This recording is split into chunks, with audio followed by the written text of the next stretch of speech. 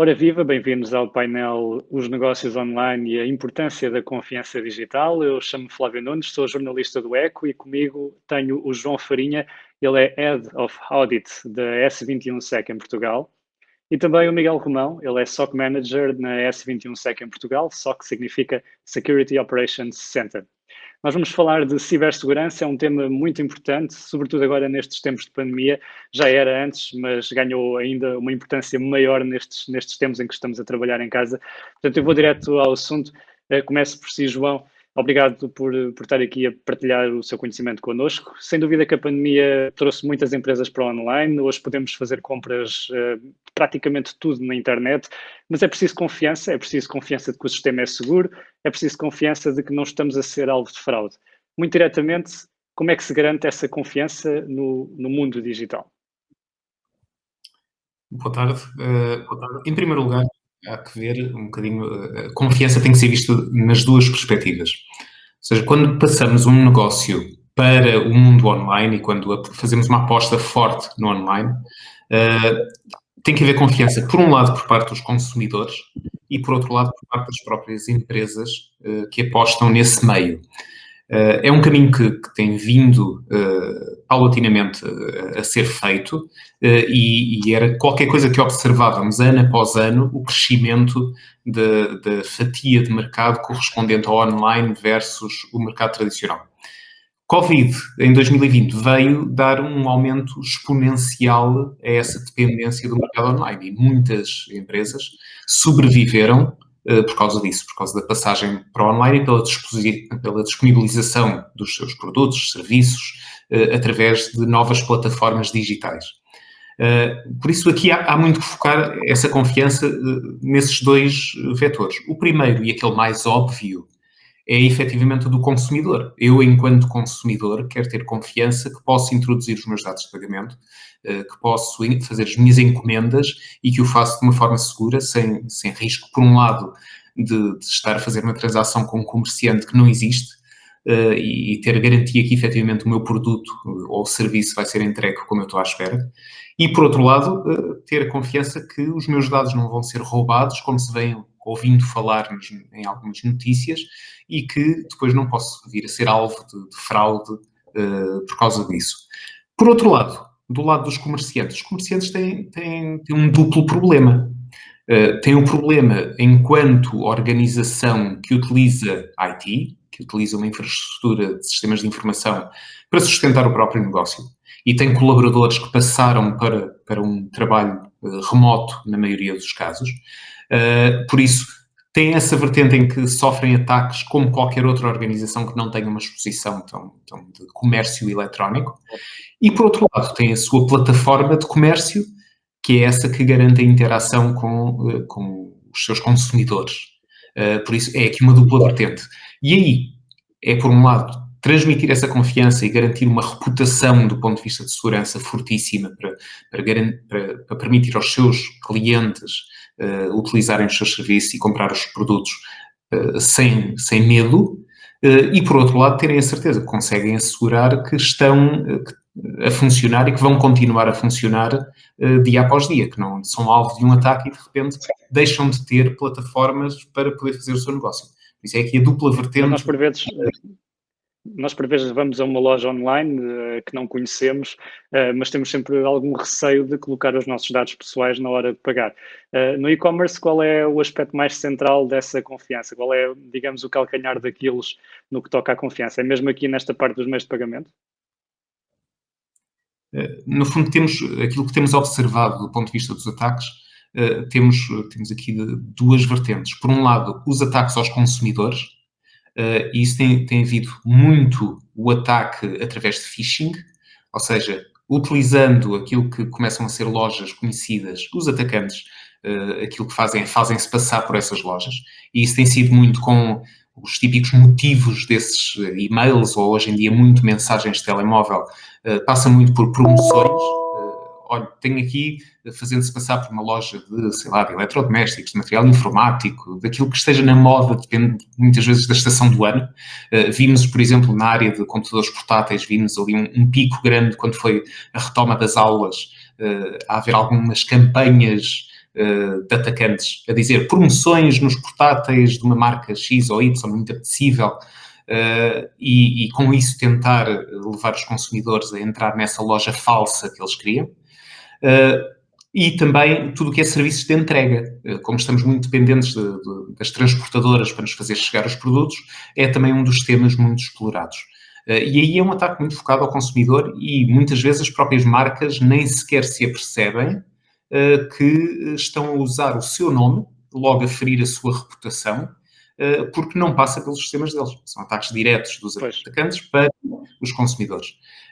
Por outro lado, muito a circular software malicioso que captura esses dados de pagamento, ou seja, que no fundo introduz ali um software malicioso que vê tudo aquilo que o utilizador escreve no seu browser, ou alguns utilizadores que gravam os seus detalhes pessoais, incluindo números de cartão de crédito, no navegador de internet, e que esses softwares maliciosos o que fazem é roubarem esses dados.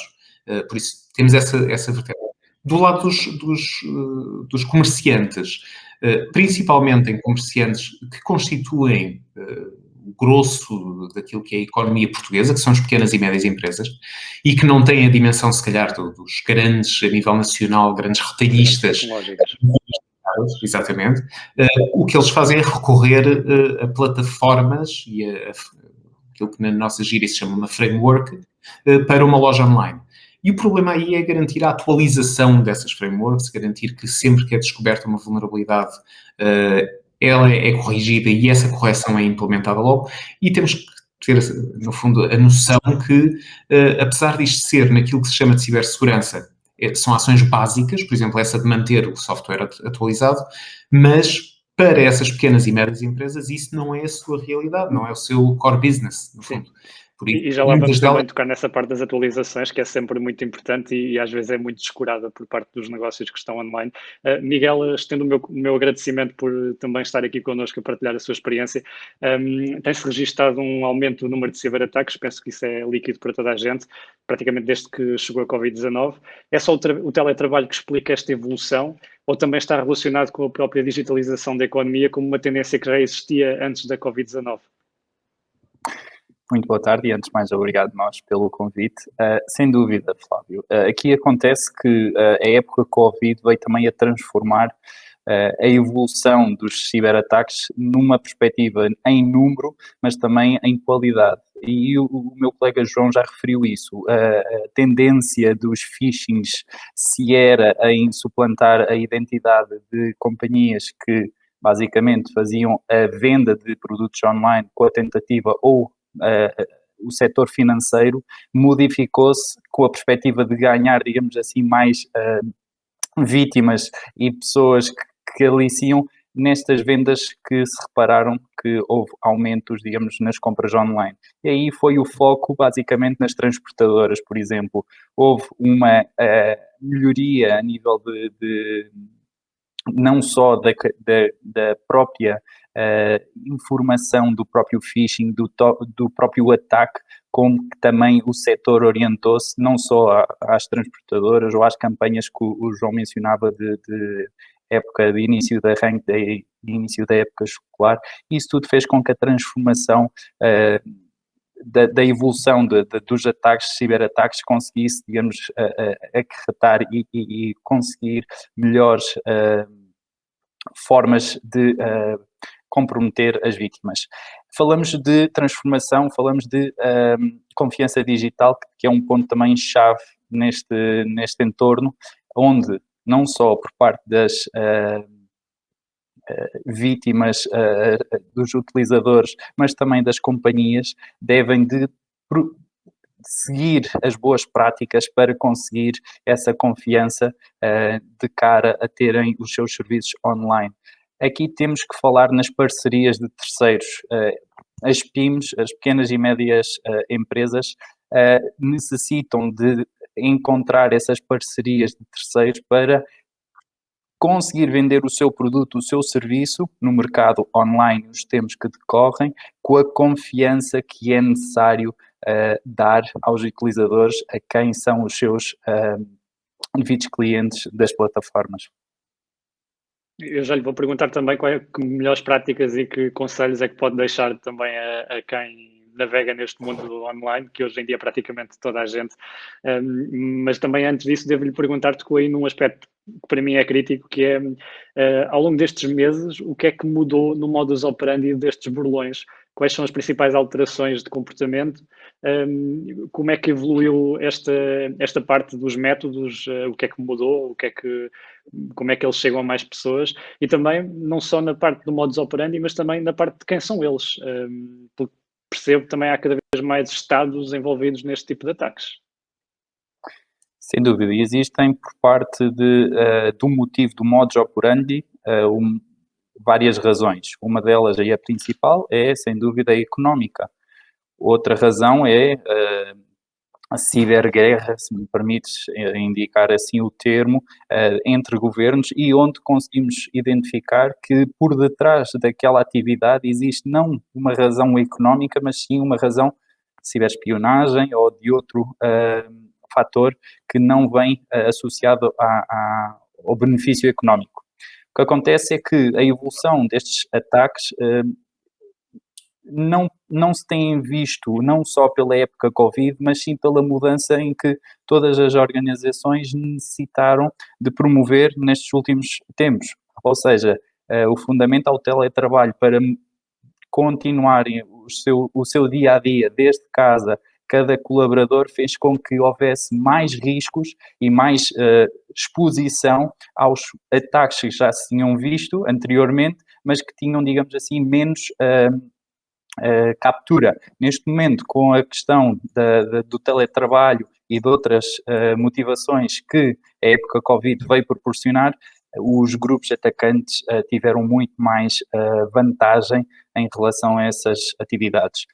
Contudo, este movimento fez com que também estes grupos conseguissem maior volume e maior exposição nas suas atividades.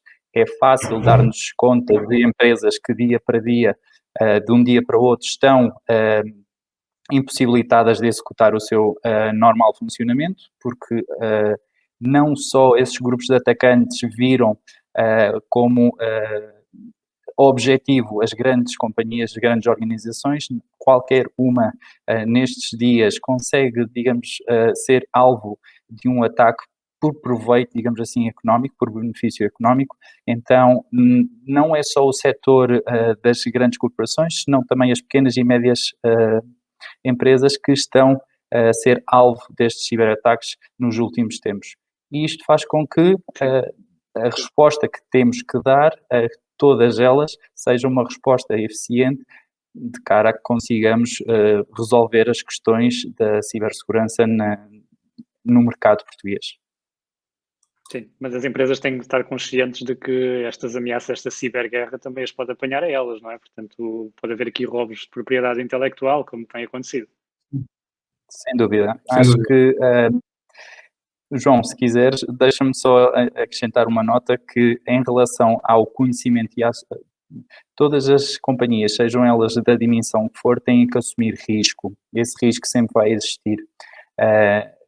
A exposição online acarreta sempre esse próprio risco, o que faz com que as empresas tenham que ter noção de que são alvos, mais dia ou menos dia, de um ciberataque. Isto não é uma questão de se nos vai passar, é uma questão de quando nos vai passar. E, nesse momento, há que ter a educação para assumir, digamos, a responsabilidade e fazer o tratamento desse incidente da melhor forma, digamos, dentro do plano que essas empresas já têm previsto.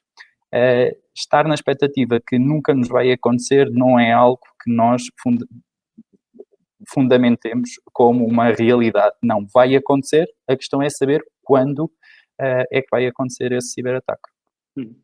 Quem costuma andar nestas conferências de cibersegurança, há sempre alguém que diz que só há dois tipos de empresas, as que já foram atacadas e as que não sabem que já foram atacadas, não é? É um bocadinho por aí. João, passo para si e pergunto-lhe, estamos a falar de risco, provavelmente a grande mudança estrutural da pandemia foi o teletrabalho, em que há muita gente a trabalhar de casa, milhões de portugueses.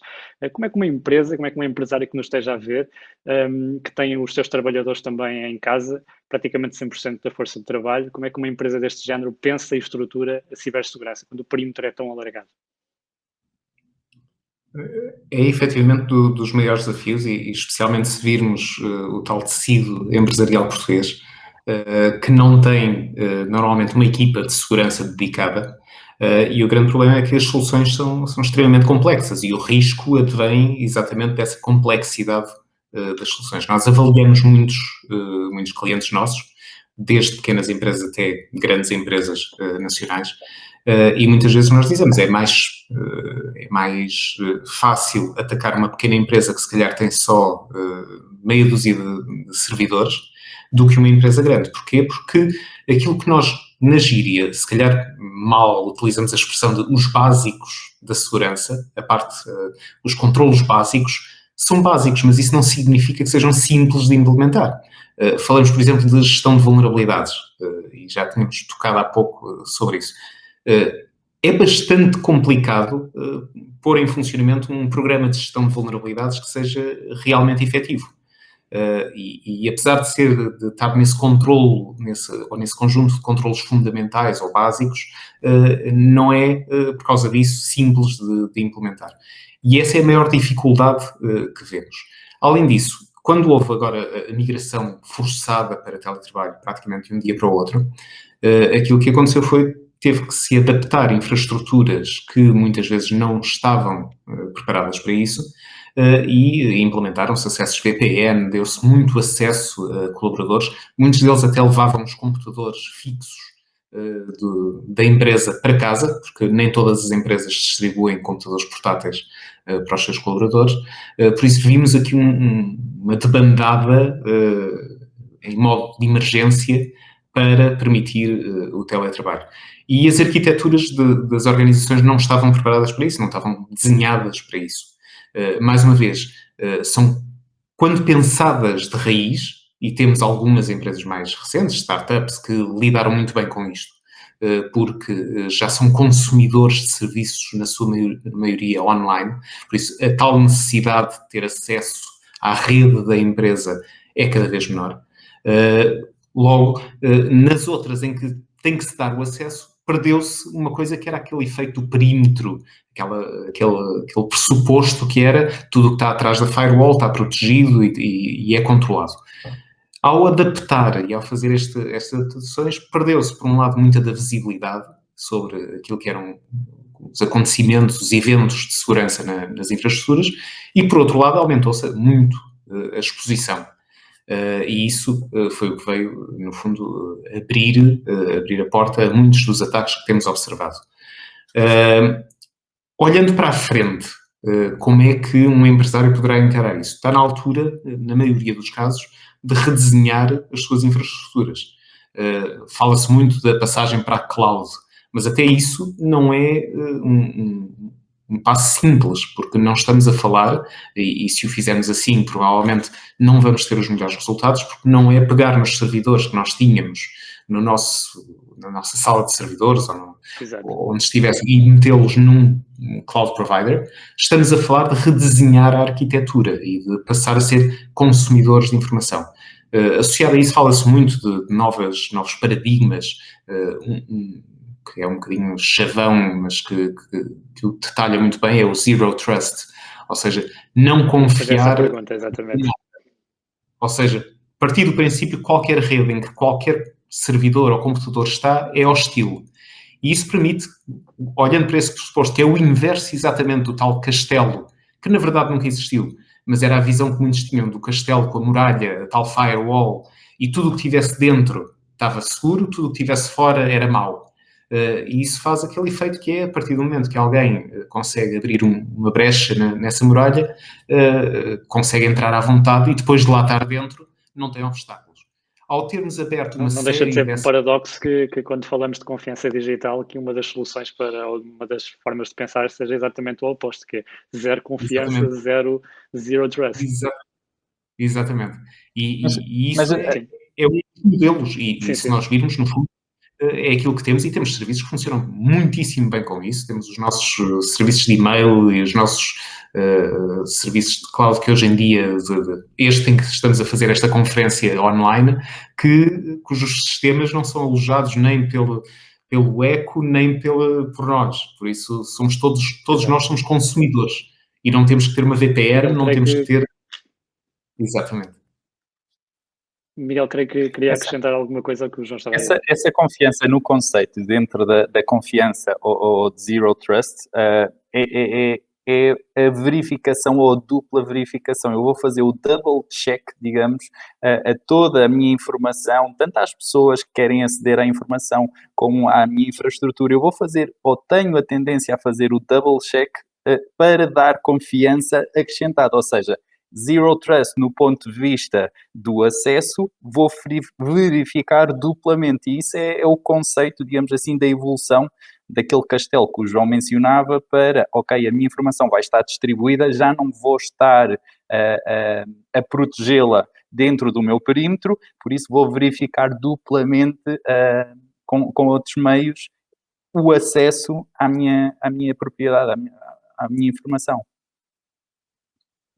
Exato. Eu, antes de passar para o Miguel, também tinha uma outra questão para o João, que era, falou há pouco da passagem que não é só passar tudo o que está on-premise no local para a cloud, com cloud provider, mas há sempre o problema de haver as tais aplicações legacy. Uma empresa ter os seus sistemas, usá-los há imensos anos, e não é fácil de repensar essa arquitetura. Que conselho é que deixaria uma empresa que está assente nesse tipo de sistemas? É melhor fazê-lo já para evitar problemas no futuro? Seria isso? Sem dúvida. O caminho e aquilo que vemos para um futuro e para uma retoma, já todos percebemos, julgo eu, pelo menos na maioria das tipologias de empresas, que o teletrabalho está para ficar. Pode não ser a 100% como hoje somos forçados, mas alguma forma de teletrabalho, agora que foi aberta esta caixa de Pandora, dificilmente vai voltar a ser fechada, porque conseguiu-se provar que, por um lado, a produtividade não diminui como se tinha esse receio, antes pelo contrário, em muitos casos aumentou, permitiu uma muito maior flexibilização da captação de talento e da retenção de talento, por isso é algo que seguramente está para ficar. Por isso, a tendência ou o caminho terá que ser, obrigatoriamente, de prevermos que as infraestruturas têm que ter algum grau de acesso remoto ou, se quisermos pensar numa versão não legacy, um acesso distribuído. Ou seja, a nossa informação está onde estiver que estar, no provider que tiver que estar, e aquilo que temos são consumidores desses serviços e os nossos utilizadores são consumidores desses serviços. Há alguns mecanismos, e isso, obviamente, há grandes investimentos feitos em sistemas legacy, em tecnologias convencionais on-prem, mas aos poucos existem soluções para isso e têm vindo a aparecer soluções que não precisam ter uma VPN, mas que possibilitam publicar esses serviços de uma forma bastante segura na internet. Ou seja, transformar esses serviços legacy, não os matando, porque muitas vezes é impossível fazer um plano de migração a curto prazo e às vezes ainda estamos em fases iniciais do ciclo de retorno de investimento sobre esse produto legacy, mas já há formas de, no fundo, transformar num produto que de alguma forma é publicável online, sem ter que obrigar a dar essa abertura da tal VPN. Sim. No fundo, é o abrir a porta para dentro do castelo. E os nossos empresários, de certeza, que têm montes de desafios pela frente, porque até mesmo a chegada da inteligência artificial vai revolucionar as empresas e a União Europeia diz-nos que Portugal até está acima da média na adoção da inteligência artificial. Miguel, de certeza que já lhe passaram imensas situações de crise a nível de ciberataques pela frente. Eu lhe perguntar, da sua experiência, quais são os setores que estão mais vulneráveis, aqueles que estão mais para trás e que necessitam aqui de um empurrãozinho a nível de cibersegurança? Infelizmente é um dia-a-dia de verificação dessas situações, lamentavelmente, pela exposição, como antes referi, dos negócios no mundo online. O que acontece é que não há uma forma de delimitar setores dentro da exposição. no tempo da Covid houve setores sim que foram abordados de uma forma pouco ética, mas quem está por trás, digamos, não tem ética neste sentido. O setor da saúde, hospitais, farmacêuticas, onde viram, digamos, uma forma de abordar e conseguir rapidamente, ou na tentativa de rapidamente conseguir essa rentabilidade financeira, foi um dos setores que nós também vimos o aumento, visto que vacinas, por a exemplo, pandemia se instalou. Então era um setor que nós aumentámos e verificámos que houve uma maior abertura, digamos assim, de casos de detecções nesse setor farmacêutico e saúde. Bancário, sem dúvida, continua a ser também um grande e um forte setor. O setor do próprio governamental também foi orientado com uma motivação que muitas das vezes, não só em Portugal, mas também noutros países europeus, como referido, houve uma orientação a esses setores pelas vulnerabilidades em si e a facilidade de chegar até ao comportamento dessas organizações. Seriam setores que foram, digamos, vocacionados ou dirigidos nesta última época, mas eu diria que qualquer setor, tanto retail como indústrias próprias energéticas, as utilities, foram setores sempre em voga. Se calhar no último ano, no ano da pandemia, eu destacaria talvez o componente da saúde, o sector da saúde. E ouvimos nas notícias bastantes ataques envolvendo a Covid-19 e as vacinas da Covid-19, presumivelmente, se calhar, para roubo de patentes, por exemplo. Mas agora, nesta fase, gostava de vos lançar um desafio, porque também temos que trazer aqui uma utilidade prática a quem nos está a ver. Não é só do lado do consumidor, porque um dos principais vetores de entrada dos ataques nas empresas suponho que sejam os próprios trabalhadores, aqueles que neste momento estão em casa com os seus computadores fixos, como dizia há pouco o João, nas suas próprias casas. Tem-se visto aqui um aumento muito grande de SMS fraudulentos, há pouco também falámos disso, mensagens que envolvem tentativas de fraude com e-commerce, que dizem que a sua encomenda está alfandegáda, quando na verdade não há encomenda nenhuma. Agora com a campanha do IRS também tivemos casos de mensagens fraudulentas em nome da autoridade tributária. Gostava de vos lançar este desafio aos dois, começando pelo Miguel. Que sinais e de que forma é que uma pessoa comum que recebe uma mensagem consegue perceber ou tentar avaliar e fazer aqui uma avaliação de que é uma mensagem real ou é uma mensagem de phishing? Eu sei que não há formas totalmente Não, mas 100% precisas, mas há práticas, não é? Uhum. Há boas práticas. Há boas práticas, exatamente. Há um conjunto de boas práticas que, ao interessar, digamos assim, uma verificação, e esta seria a palavra, verificar se o remitente é conhecido, é de confiança, e muitas das vezes nós olhamos para o remitente na sua plenitude e parece-nos similar. Por vezes o domínio não é bem da companhia que nos está a enviar a informação e por vezes aí já conseguimos identificar que há alguma suspeita em relação àquela informação. Anteriormente, há uns tempos atrás, o próprio conteúdo da mensagem, seja ela por e-mail ou por SMS, já teria alguns erros ortográficos, alguma informação que não, mal traduzida até. A evolução do phishing vem-nos a indicar que agora está perfeitamente descrito, sem qualquer erro, ou seja, temos que dar, digamos assim, um seguinte passo, que é verificar até onde aquela mensagem quer levar, ou seja, eu tenho que introduzir informação confidencial, eu tenho que introduzir algo que normalmente o meu banco nunca me pede, suspeitar sempre. Muitas das vezes, como recomendação ou boa prática, se eu recebo uma informação que tenho dúvidas e não é normal, muitas vezes contactar telefonicamente para a empresa para verificar pode ser uma boa recomendação para dar aos utilizadores. Verificar sempre, duvidar de quem nos está a enviar aquele tipo de pedido, porque nós normalmente neste tipo de ataques de engenharia social, porque aqui tenta-se passar um engano, tentamos sempre do nosso ponto de vista tentar questionar se a informação que me estão a pedir vai dar seguimento ou terá utilidade para algum processo que eu próprio arranquei. Se eu não arranquei nenhum processo, possivelmente não terei que prover ou dar esse tipo de informação. Ou seja, se não me recordar de que encomenda é que possa ser, não faz sentido estar a carregar, é um risco.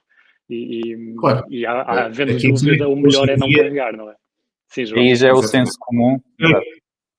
A questão é que hoje em dia é um facto que a maioria das pessoas recebe um SMS desses e provavelmente está à espera de 2 ou 3 encomendas diferentes porque temos feito muitas encomendas. Aí eu acho que há muito, e sempre me pedem, especialmente familiares e amigos, que sempre que têm alguém que percebe qualquer coisa de cibersegurança no seu grupo, no seu círculo de pessoas conhecidas, passamos a ser o oráculo para todas as coisas. E a minha resposta típica é não responder, não clicar, não abrir nada que venha por SMS. A probabilidade de ser uma mensagem legítima é muito baixa hoje em dia.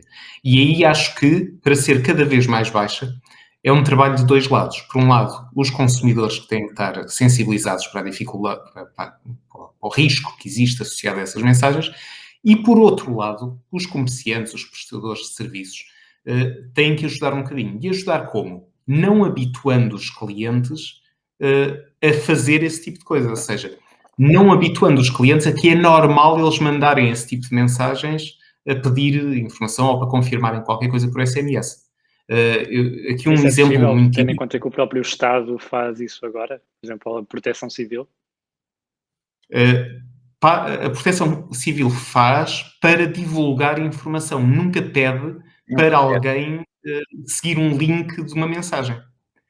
E aqui dou um exemplo, e é de um gigante multinacional na área de pagamentos, que é a PayPal. A PayPal, durante muito tempo, na nossa opinião, peritos de segurança, estava a habituar muito mal os seus clientes. Porquê? Porque era habitual enviar um e-mail, de tempos a tempos, para os seus clientes, e eram e-mails legítimos, a dizer, verifica as suas transações, clica aqui, numa mensagem de e-mail. Ora, isso é estar a habituar os clientes, que é normal e é expectável, receberem uma mensagem legítima da PayPal para verificarem as transações que fizeram. Ora, a partir desse momento, isso aumenta exponencialmente o risco porque um atacante, um criminoso, pode enviar um mail exatamente igual, mas que ao clicar leva para o sítio errado. E nós, peritos de segurança, dizermos não clique em mensagens de e-mail, se receber uma coisa dessas, vá diretamente ao site da PayPal e entre no site e introduza as credenciais, como faz normalmente. Não siga links de e-mail. Mas, por outro lado, temos esse prestador, no fundo, a querer habituar mal. Por isso é aqui um papel de ambos os lados. De certa forma, acaba por ser também uma dica para os negócios online neste webinar para quem nos está a ver. Se calhar a melhor prática até seria dizerem a nossa empresa não envia SMS para os clientes com este tipo de coisa. Exatamente. E, aliás, mesmo a nível nacional, alguns dos grandes retalhistas têm sido muito alvo desse tipo de SMS e já começaram a fazer campanhas proativas de enviar SMS para os seus clientes, a avisar. Nós nunca enviamos SMS a pedir informação ou a pedir para ir a algum serviço. Por isso, aí é a parte de sensibilização dos clientes. E na sequência daquilo que estamos aqui a dizer, que recentemente, de certeza que a maioria das pessoas que têm pelo menos um mínimo interesse por cibersegurança e pelos seus dados pessoais e pela sua privacidade, lembrar-se-ão, sem dúvida, da base de dados com mais de 500 milhões de contas, com dados pessoais de mais de 500 milhões de contas do Facebook. A rede social disse que não foi alvo de uma brecha de segurança, foi um método que um burlão, que alguém utilizou para recolher essa informação e gerar uma base de dados, mas entre elas estavam dados de mais de 2 milhões de contas em Portugal, como nomes, números de telefone. Isto, vocês enquanto peritos de cibersegurança, antecipam que vai haver aqui um aumento deste tipo de ataques, desta engenharia social que vai levar a fraude? Sem dúvida que é matéria-prima para os grupos maliciosos utilizarem em ataques de engenharia social, sejam eles phishing ou então outro tipo de ataques mais orientados até setores específicos, porque se nós virmos em detalhe, se houver um ataque dirigido a organização e que possa retirar alguns colaboradores, alguma informação desse data leak dos colaboradores dessa companhia, eles certamente vão utilizá-la, essa informação, para desenvolver a sua atividade. É sem dúvida um risco. A extração dos dados do próprio leak do Facebook vem-nos a pôr aqui ordens de grandeza enormes. É informação que nós, não é contas nem passwords, mas é muita informação pessoal que lá está pública, e veio dar um volume da importância a nível de pessoas que foram, digamos assim, roubadas a sua identidade ou dos dados que tinham na rede social, que é uma questão que nós temos que nos deparar, e é a importância da informação que nós introduzimos nesse tipo de plataformas. Pode dar-se o caso em que essa informação vá cair em mãos de terceiros com outras intenções, e é importante nós termos sempre essas boas práticas, e por muito que esses grupos maliciosos tenham informação da sua parte, não conseguirem, digamos assim, fazer o engano de uma forma fácil para as vítimas com a informação que têm publicada. É uma das formas também que nós podemos promover, que, ok, o leak está feito, mas teríamos todo o gosto de ter o conhecimento de proteger as vítimas, sempre verificando se a sua informação é correta e é fidedigna. Portanto, toda a cautela é pouca, e quem foi apanhado nesta base de dados, de certeza que terá que ter um cuidado muito maior. Houve outro ataque que esteve nas notícias este ano, já pelo menos desde janeiro, foi o ataque ao Microsoft Exchange, um ataque que alguns peritos classificaram como um dos maiores e mais abrangentes alguma vez detectados. Falava-se em centenas de milhares de entidades que foram afetadas indiretamente, algumas delas entidades ligadas à Comissão Europeia, e uma delas que admitiu mesmo, a Autoridade Bancária Europeia, a EBA, que também esteve e foi uma vítima deste ataque. Tivemos um ponto que afetou centenas de milhares de empresas. Miguel, o que é que isto nos diz sobre o mundo interligado que temos aqui à luz do que é o risco da cibersegurança? O que é que isto nos diz? Lá está, para fazer o fluxo completo, vou começar pelo assumir do risco. Nós temos que aceitar risco. Ele existe, parte dele nós podemos resolvê-lo e mitigá-lo, outra parte não podemos. E lá está, aqui foi a confiança em terceiros. Nós podemos promover a confiança online nos nossos próprios serviços prestados, mas também sempre vamos ter necessidade, e cada vez mais, de requerer serviços de terceiros, e esses terceiros terão a sua própria confiança, e temos que encontrar essas sinergias e relações, essas parcerias de confiança. Se a linha quebra do lado do nosso parceiro, temos que assumir esse risco e mitigá-lo da melhor forma possível. O caso da Exchange foi realmente muito volumoso no que diz respeito à quantidade de vítimas que estavam expostas àquela vulnerabilidade. Mas o importante aqui também é vermos, do ponto de vista ofensivo, a utilização dessa vulnerabilidade em tempos recorde. Basicamente, a publicação da remediação dessa vulnerabilidade foi feita, e a publicação foi feita, e já se estavam a ver um aumento enorme na utilização por parte dos grupos maliciosos para tentarem usufruir dessa vulnerabilidade e comprometer vítimas a um ritmo acelerado.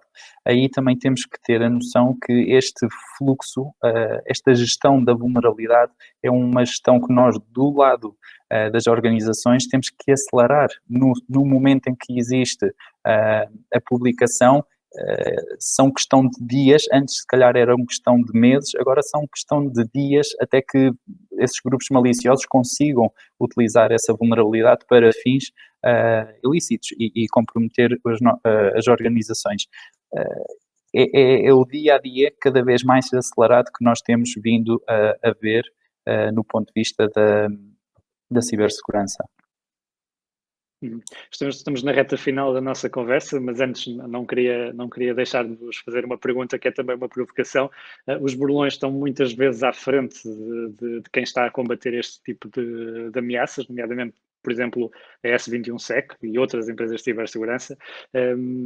Isto não é, e aqui a pergunta é para o João, e depois alargo também ao Miguel para terminar, isto não é uma luta que está perdida logo à partida?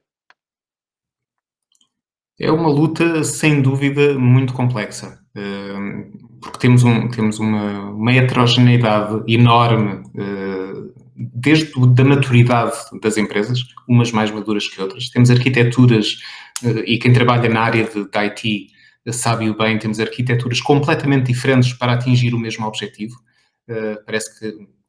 Não há duas soluções iguais. E isso faz com que seja muito difícil desenvolver medidas que sejam universais e fáceis de aplicar. A complexidade do mundo tecnológico está cada vez maior e com o aumento da complexidade veio o aumento do risco.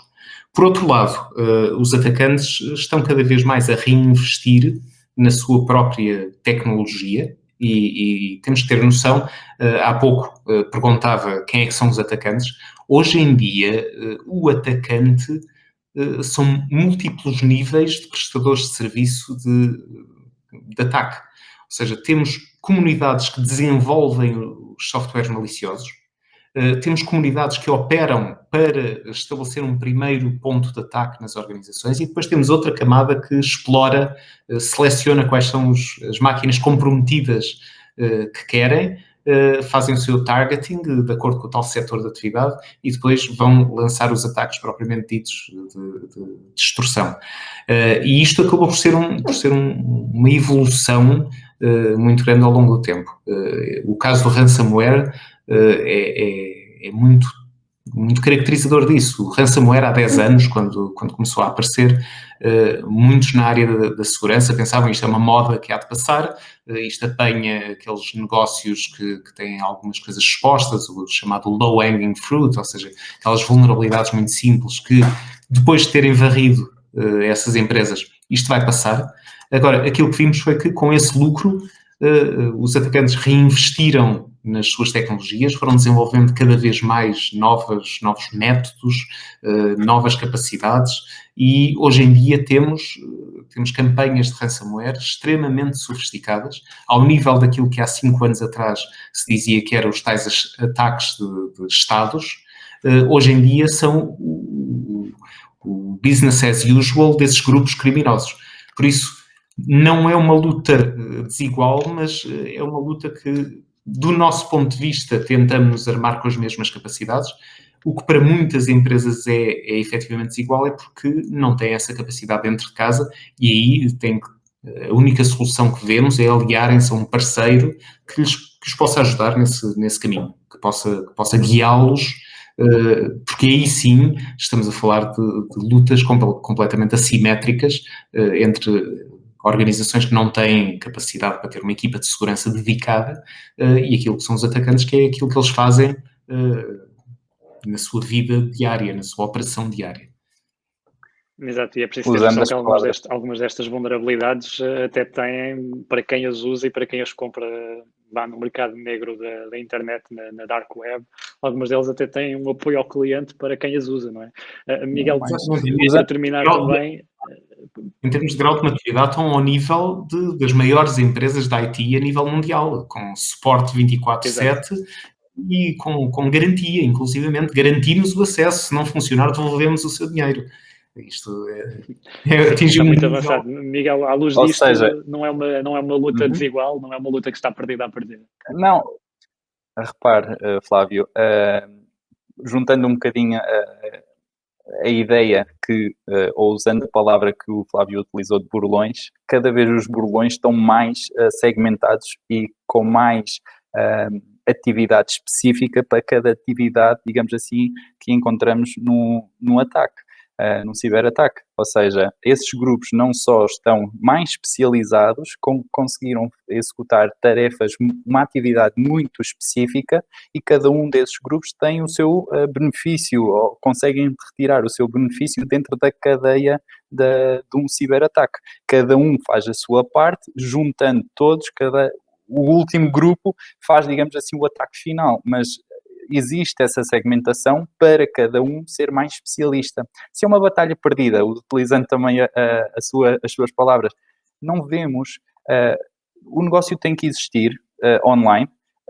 Empresas como a S21, que são especialistas em serviços de cibersegurança, fazem com que as organizações que exponham os seus serviços online consigam, por vezes, nós temos que assumir, perder uma batalha, mas recuperar, e é nesse papel da recuperação rápida e eficaz que a S21 vai atuar. E é esse o nosso papel, não só de um ponto de vista de detecção e prevenção, mas também da remediação, porque isso também era fundamental. Cairmos, podemos todos cair. Perder uma batalha, podemos todos perder a batalha, mas não vamos seguir com essa batalha por muito tempo perdida, porque vamos recuperar rapidamente, e é esse o papel da S21 no mercado português, nos serviços da cibersegurança. Sim, eu usei a palavra burlões mas na verdade o outro termo seriam hackers, mas é também para termos uma noção que o típico burlão que rouba a carteira na passadeira já não é só isso, hoje em dia está atrás de um ecrã e está comodamente sentado na sua casa. Meus senhores, muito obrigado por estes 45 minutos mais ou menos. Foi então o painel Os Negócios Online e a Importância da Confiança Digital, e comigo estiveram o João Farinha, Head of Audit da S21 SEC em Portugal, e o Miguel Romão, que é SOC Manager na S21 SEC em Portugal. Obrigado também a si por nos ter acompanhado.